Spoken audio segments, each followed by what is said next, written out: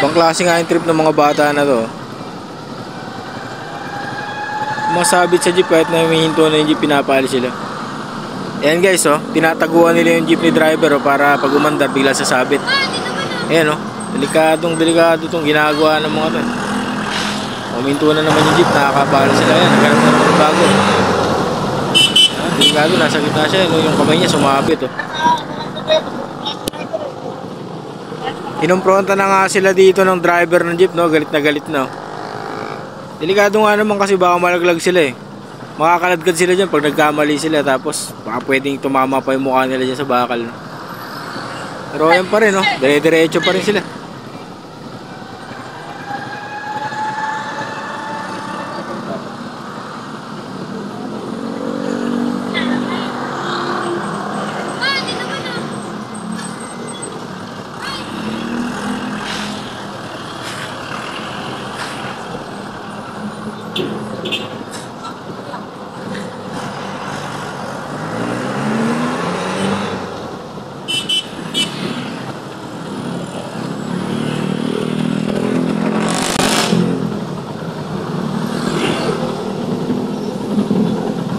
Brad, ano, masakit?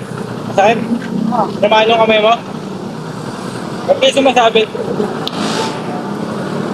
kayo sumasabit? Saan? Nangangitwang kayo? Eh, delikado yun ah. Nakita niyo yung mga bata rito, no? Kahit alas 8 ng 7 ng gabi pa lang, rush hour pa. Kahit na binibidyoan sila, eh pilit pa rin silang umaangkas. Sumasabit sa jeep. Muntik pang yung isa nadali yung kamay. Kung sakaling nakasabit siya ron, makakaladkad siya ron, no? Yun, dito yan sa sa may Maria Corazon, no? Taga Gate 1 daw sila. Sino ba nanay nito? Yan. Ito naman guys yung lugar, no, kung saan laging maraming may nagrarayot-rayot sa mga posko, no. Ayan yung kanto na yun. Yan yung arko ng Kogyo Village. Kanto ng Marcos Highway, no. Ito naman yung tindahan na nakausap natin.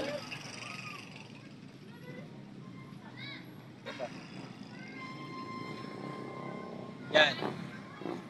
Ayan yung kinausap natin na nagsabing palagi daw may riot dito, ngayon lang medyo natigil.